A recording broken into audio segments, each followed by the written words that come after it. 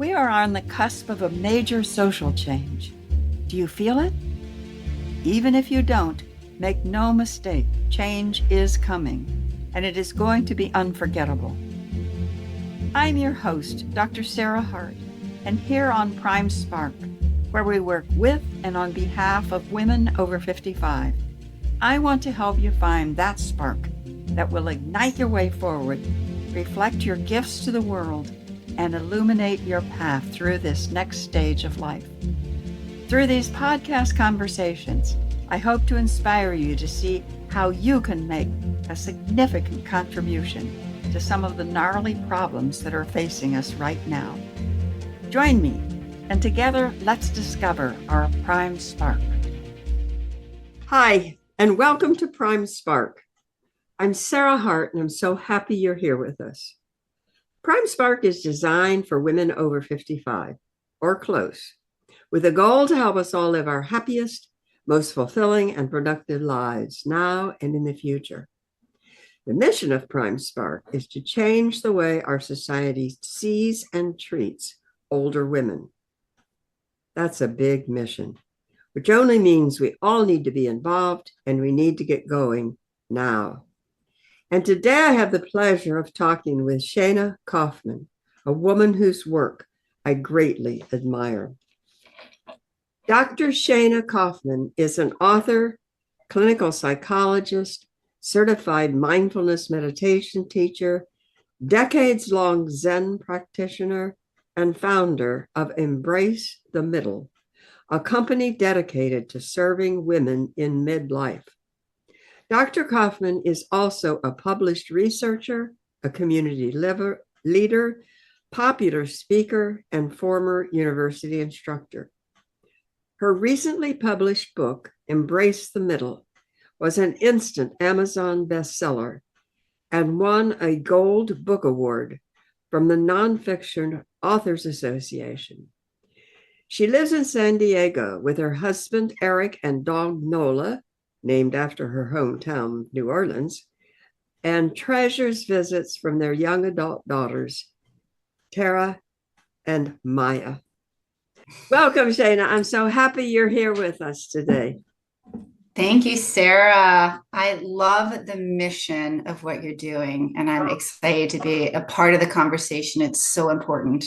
So thank you for letting me share my thoughts and be a part of our collective journey. Oh, you're welcome. Thank you. So just in getting started, Shayna, let me ask you, do you experience getting older? And if you do, what is that experience? And if you don't, why is it that you think that you don't? I definitely do. And it's an experience that's marked by, I would say, decline and growth. I certainly experience aging on a physical level, of a little bit of decline in functioning, not being able to jog anymore, to see without glasses, those sort of normal aging processes.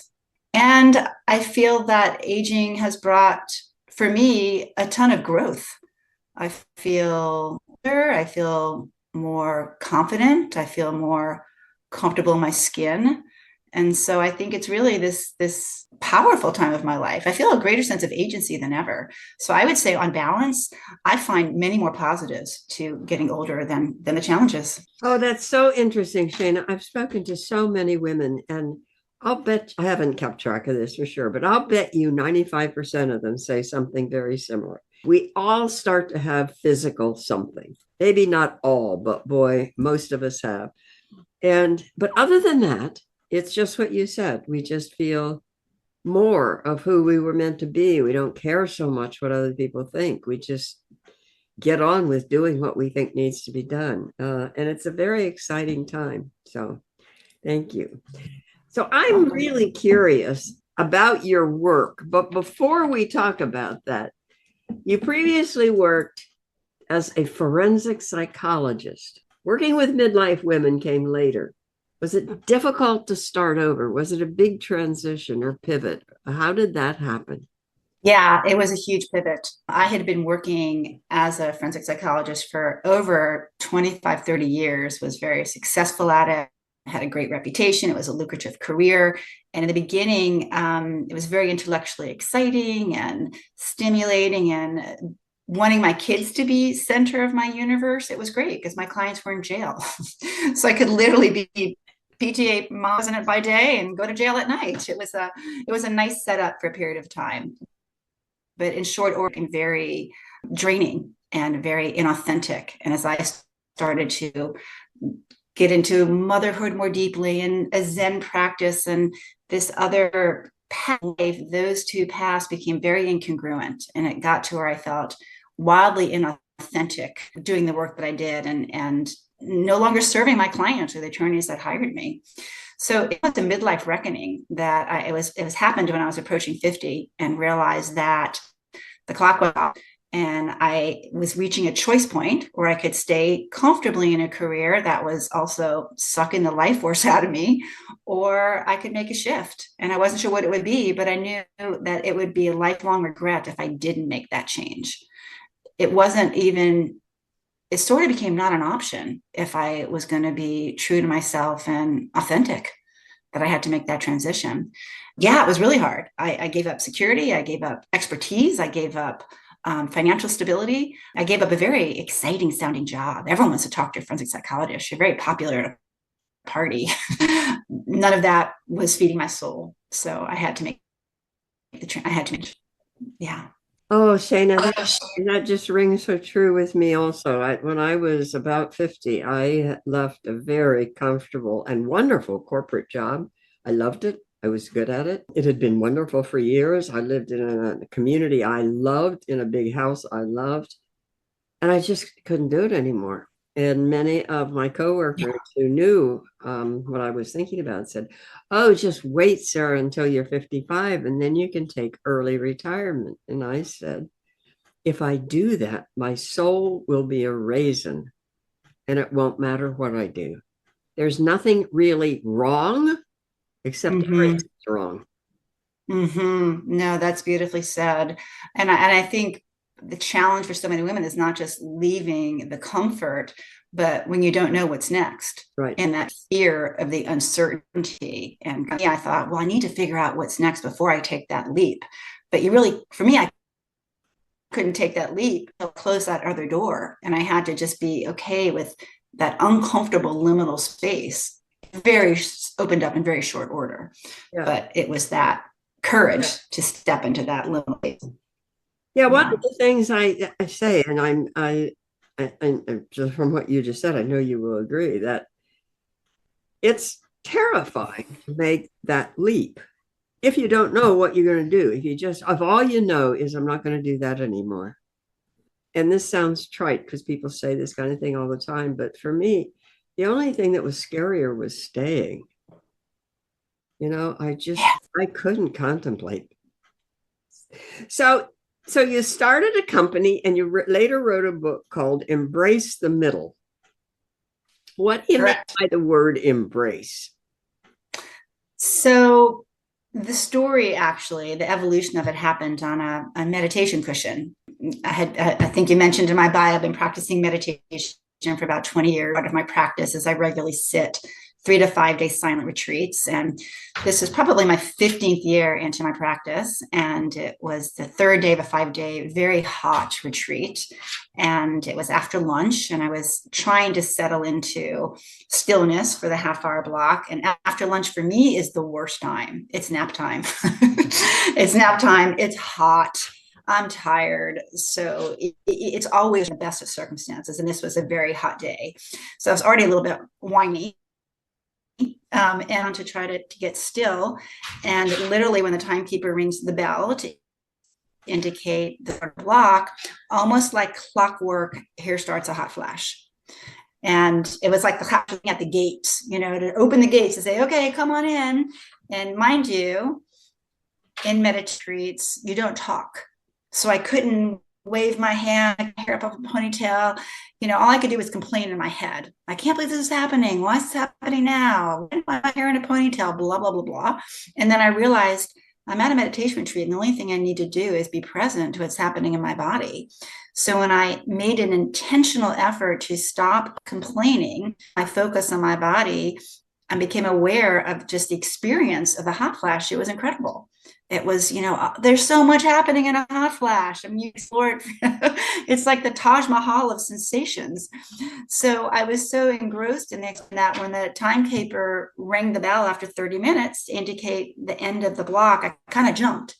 I thought, that was so cool. Not cool physically, but that was a very cool thing when I was not trying to push away this inevitable experience and seek comfort. All it was an experience that came and went. It wasn't that big of a deal. And that led to the epiphany of all these other things that were on my doorstep that were going to happen, whether I liked it or not. My daughters were getting ready to launch. My mother was diagnosed with dementia. I was about to have knee surgery that was going to put an end to 40 years of running. Lots were going to happen. And I had a choice of fighting them, trying to push away, or gently accepting them. And all of this, by the way, was happening in my head on a meditation cushion. So I thought, what is the word that I'm trying to capture to be my intention for how to approach all of these big changes? And the word that came to me was embrace them.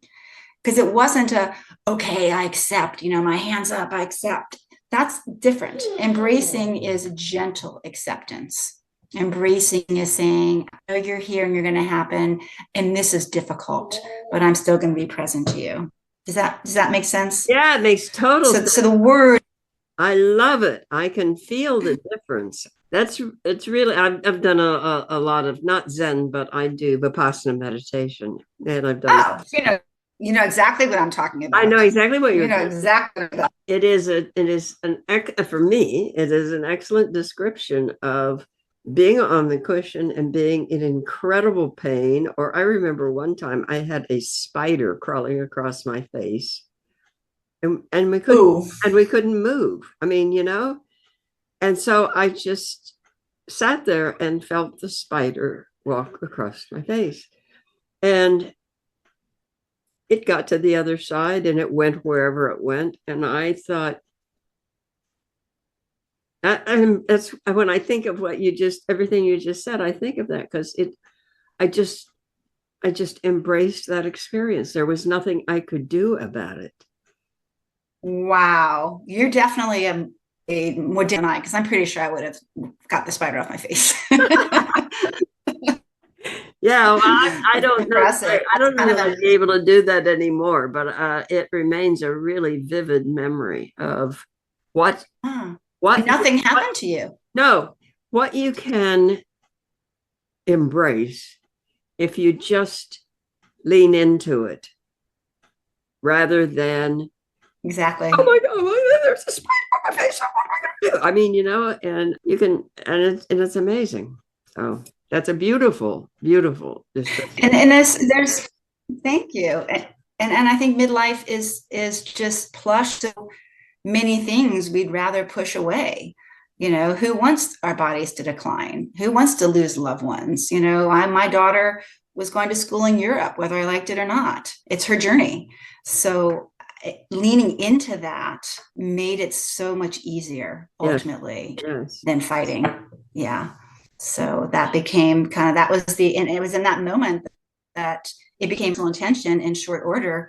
It became a business that I slowly started. I love that. As first, what was kind of me exploring it with other women. I mean, I had a meditation community, girlfriends all going through stuff. And I said, let's just explore this together. So I would facilitate groups in the front of my house. And we practiced kind of embracing our bodies, embracing this and that, and developed into a business. And then ultimately a book. Yes. So that's wonderful. So there are, as just as you went through, there are a lot of challenges in midlife. I mean, there can be, not for everybody, but I think for many, many of us. You talked to 600 women worldwide about the challenges and the gifts of this period of life. Let's start with what were the common challenges that a lot of women mentioned? The common ones, which actually went a little bit around against the narrative. I think the narrative is really focused on menopause. And once we get in there, menopause is a piece, but it's certainly not, it's a piece for a period of time, but it's certainly not the overarching pain point. The top three that women talked about, number one was our own physical decline, just like we talked about. Aging bodies, the need to start taking medications, the perhaps confronting serious illnesses for the first time. That was number one. Number two was death and loss. It's in these decades that we start to lose loved ones if are still alive, and they're often, we can see the decline in front of our eyes. We're often from being, caretaken by them to caretaking them. So, and not just the loss of loved ones, and other losses, the loss of the appearance that we had, the loss of being a runner. I had to really grieve that. It was so much part of my lifestyle and my identity. So the losses and the unexpected losses. I think, when we think about the order of the universe, many of us, know, even if we want to believe it, that we'll lose our parents, but we don't think about friends. And I lost a sibling at 60. We just don't, some women lose children, spouses. We just don't, that kind of takes us by surprise. And then the third one was what I called the sandwich crunch. It's caregiving, kids, and cash.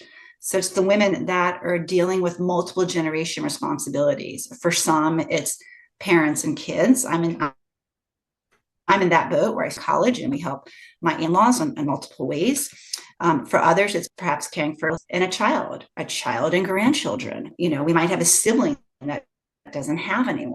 So caregiving really takes up a big piece, which impacts us both on a financial level, it can, practical level, and emotional level. So it was really three. And then much further down the hierarchy was menopause, which was so fascinating. But there was a caveat to that, because that it made more sense to me since I was on the other side of menopause when I researched. Had I been in the throes of perimenopause and, that window when it was really not fun, it would not have made sense to me. And so when I went back to the data and tried to make sense of that, parsed out what are the symptoms that women are really complaining about, this physical decline, what really are the main issues? And what they were is impaired sleep, lack of energy, brain fog, weight gain, loss of libido, a lot, joint pain. Interestingly, almost all of them can be tied to menopause. They might not necessarily be tied to menopause, but they can. So what that all meant was that even this size of highly educated women, we're still not connecting the dots that some of the physical complaints that could very well be leading to menopause. So that was a very interesting finding in the research. And then there were some smaller ones kind of down. Invisibility was a theme. Shifts was a theme. Much smaller than those top three, though. Yeah. One of the things I find really fascinating, and I believe this is going to be changing, because there's not a huge change yet, but there certainly is a change, that we're now more allowed to talk about menopause. For a long time, it wasn't something you talked about, and that's not so true anymore. And so I hope this will change. But I think that what you were just saying, that I think that a lot of very savvy women don't recognize the symptoms, quote unquote. I'm not going to call them symptoms. Yeah. The signs of menopause. I mean, I for myself, for a long time, I was just, why can't I think this? I can't think this. Why can't I think this through? And then I was just moody. I just was, and I'm not a moody person. And I didn't tie any of that to perimenopause, menopause. I didn't tie it in until somebody said to me, I think you sound perimenopausal. I was just, I was shocked. Primarily that I hadn't thought of that. Yeah.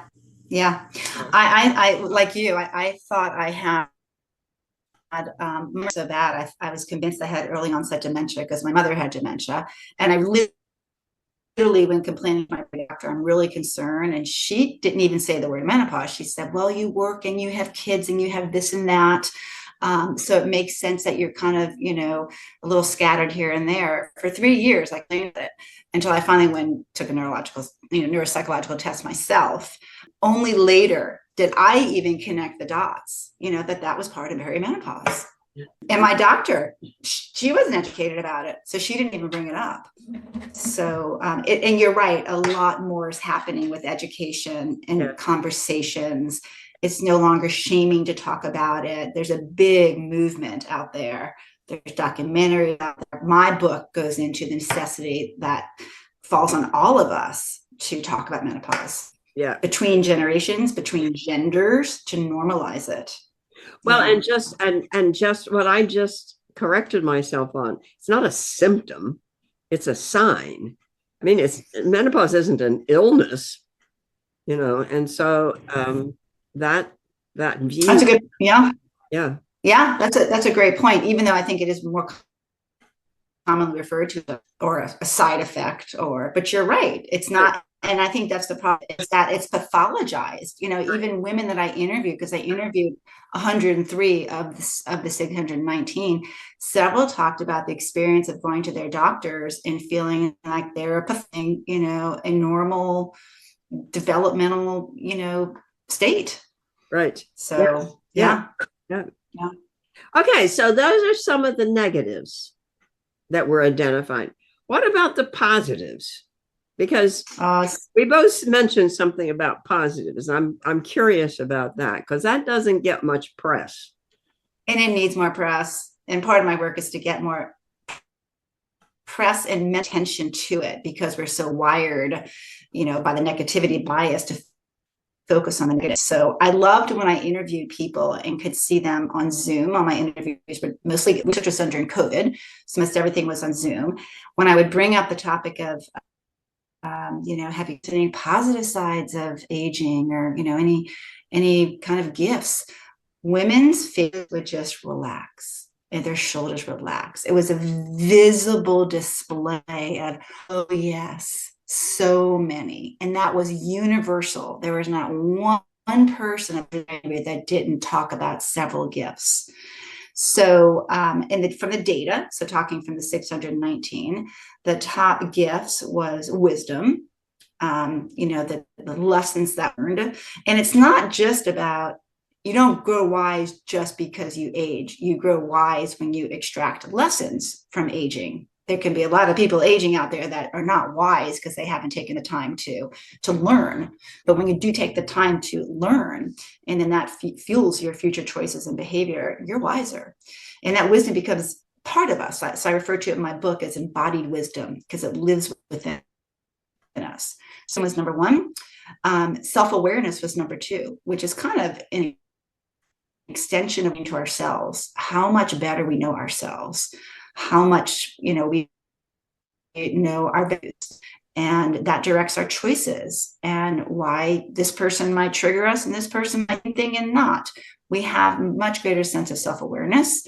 And then third, there are a bunch. Some were more resilience. Because we've been through hard times, we've cultivated thicker skin. We know that we're going to get through it because we've gotten through it. Develop resilience. You've been through difficult times. If you skate through life, you're not going to cultivate resilience. So resilience, comfort in our skin, just being more at ease with who we are, even though that skin is a little saggier or whatever, if we're still more comfortable in our essence, not caring as much about what other people think. I think you mentioned that earlier, that just that burden of that brick you carry around that was so concerned about what other people thought of me. And not that we don't want to be liked and, seen a certain way by others, but it doesn't have that same heavy responsibility that it did. So all of that together, much more liberating, empowering kind of sense of agency that age. Yeah. I think, it's interesting. I had a book of it and I was sharing this with the group, which I seldom do. And I was talking about how I had lost both parents and a brother in a very, very short amount of time, like within a couple of years. And it's kind of my graduate training to write the book, because I had this concept of this, embrace embracing. Here you go. You're going to walk your talk. You're just going to tell other people to do it and write about it. So I did, to the best of my ability. I was very present to my grief. I was very present to the loss. And when I got through that, not around it, not above it, when I got through that, the sense of power and agency that I felt was pretty remarkable, because I realized, and these were three of my favorite people in the world. The first ones I would call, aside from my husband, for advice, to share exciting news with, to bounce something off. It was those three, and I lost them all in a very short amount of time. And I realized that I didn't need their advice. I liked their kudos and encouragement. I didn't need it. And I was going to be fine. I was going to miss them deeply. And I'm okay. And there was something tremendously imparted that is now part of me, that couldn't exist without kind of navigating those darkest of dark chapters. Yeah. That's beautiful. Beautiful. Yeah. Thank you. Thank you. People have told me you have to stop talking about older women, Sarah. They don't like to hear that. I think, well, that's part of what my mission is, to change how we feel about older. They say, well, why don't you say mature? And I say, well, because I know some older women who aren't mature, and I know some younger women who are very mature. And so I like that, what you said about wisdom. Yeah. It's not surprising that, given your background, you use a mindfulness process when you work with people. Can you explain that? Yes, I'm especially excited to share it with you, knowing you have a Vipassana background, because I think it's your language. So the acronym is SOFT, SOFT. And you can use this process, which can take a matter of minutes, to both a challenging moment or something joyful, which I would love for all of us to lean more into the positives and the joys, even a small joy. Like for me, it's making a good meal. That is a joyful moment. I'm not very adept in the kitchen. So if you can imagine a moment, we'll take a challenge as an example. So say you're sad over someone's decline. And so you're very sorrowful over decline. So the first step would be, you just saw someone and the decline is very palpable and you're very upset. So the first step would be S, to just slow down and breathe. So just get a little distance from the experience and just taste, because we know that 3 breaths can be a little bit miraculous, just to kind of get a little distance from the scenario.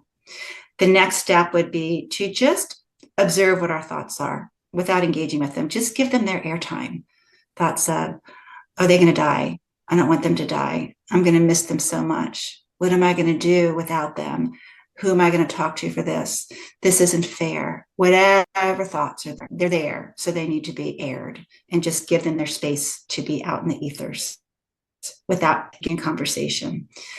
The F brings it back to the body, feel into the body, because as you know, thoughts are worries that aren't happening right now, but what's happening in your body is the only thing. So feeling brings us back into our bodies, into the present. The T, offering ourselves some self-compassion. I instinctively, you can't see me, but I'm putting my hand on my heart, which I just do automatically. It's hard seeing such and such aging. This is really difficult for me to see him or her like this. It's acknowledging the meta experience of your sorrow. Then the last T, if you need it, is tuning into our inner wisdom. So without thinking, just allowing that wisdom that lives within midlife women to surface, to see if there's anything you need to know. Perhaps do. Sometimes it's nothing. Sometimes it might be, I really need some help around this. Maybe I need to talk to a therapist to process this. I need to delegate some of these caregiving demands because it's eating me up. For me, I had to go attend some Alzheimer's support groups because I was kind of just an element of not understanding that. It was tremendously valuable. So there may be steps, there may be not. But USOFT is just allowing the experience, being present to the experience without retrain our minds with it, which is seldom useful. Seldom useful. And it's tender. It's tender. That's powerful, Shayna. I was just sort of doing that along with you. And one of the things I noticed, among a lot of other things I noticed, I was thinking about a friend who is getting very much older and declining. And I was feeling sad. And then I realized that I also was feeling scared because I could wonder if this is going to happen to me. Mm-hmm. And I think that's what happens to people, some of us at least, because it sort of brings us face to face with that, and also possibly face to face with our death. And since that's one of the things that our society denies, it's like you oftentimes hear people say, if I die, and I often think, when you die, if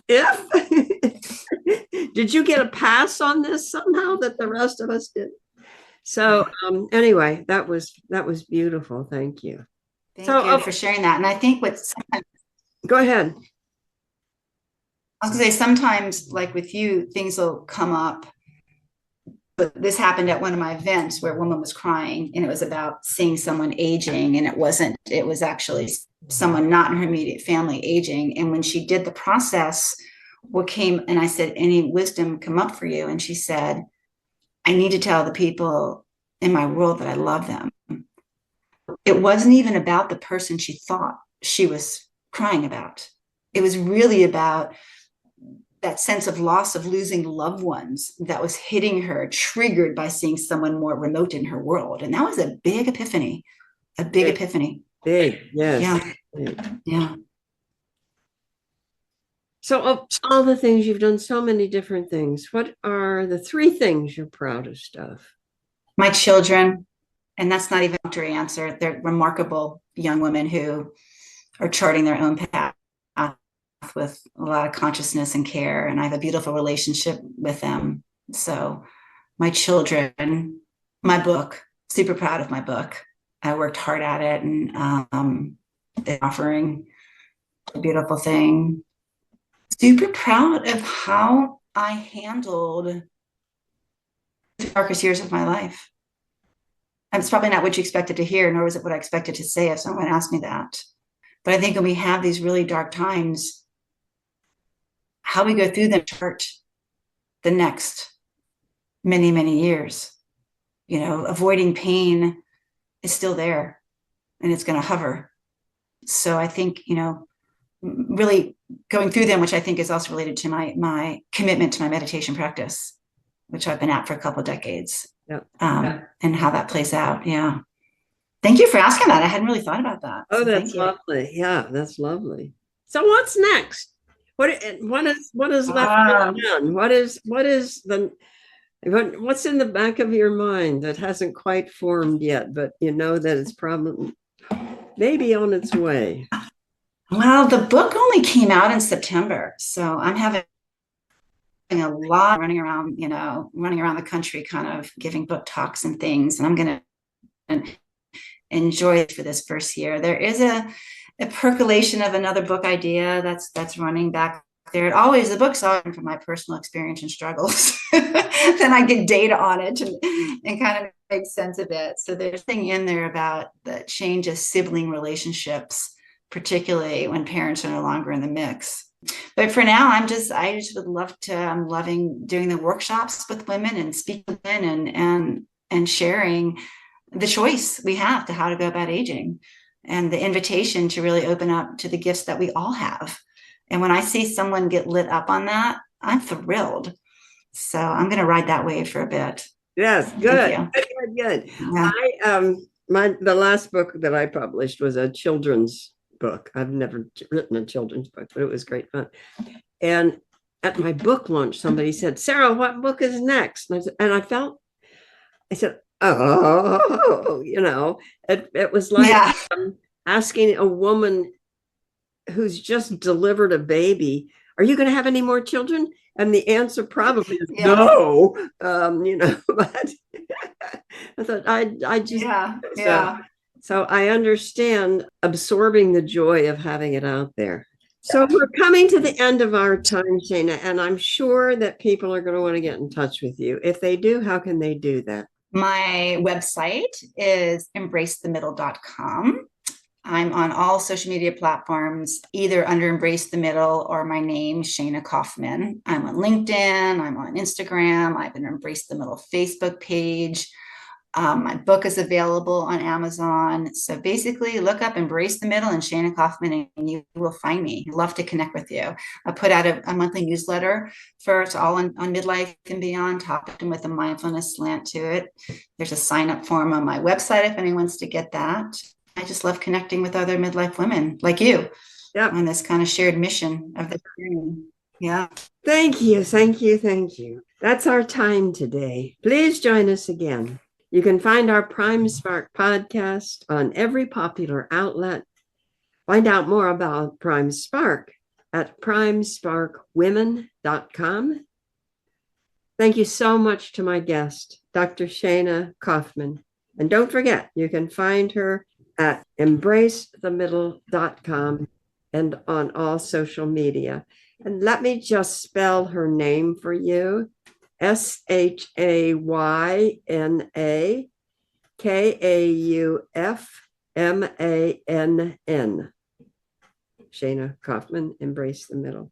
Thank you, Sarah. Oh, you're welcome, Shayna. Thank you. So much. Thank you all. Wonderful. Thank you all for being with us. Spread tolerance and love. Bye-bye. Thanks for listening. If you enjoyed today's episode and would like to stay updated, you can head over to my website, primesparkwomen.com, and get my free Spark Guide, 7 questions to ignite your spark, to help you discover your own spark. See you in the next episode.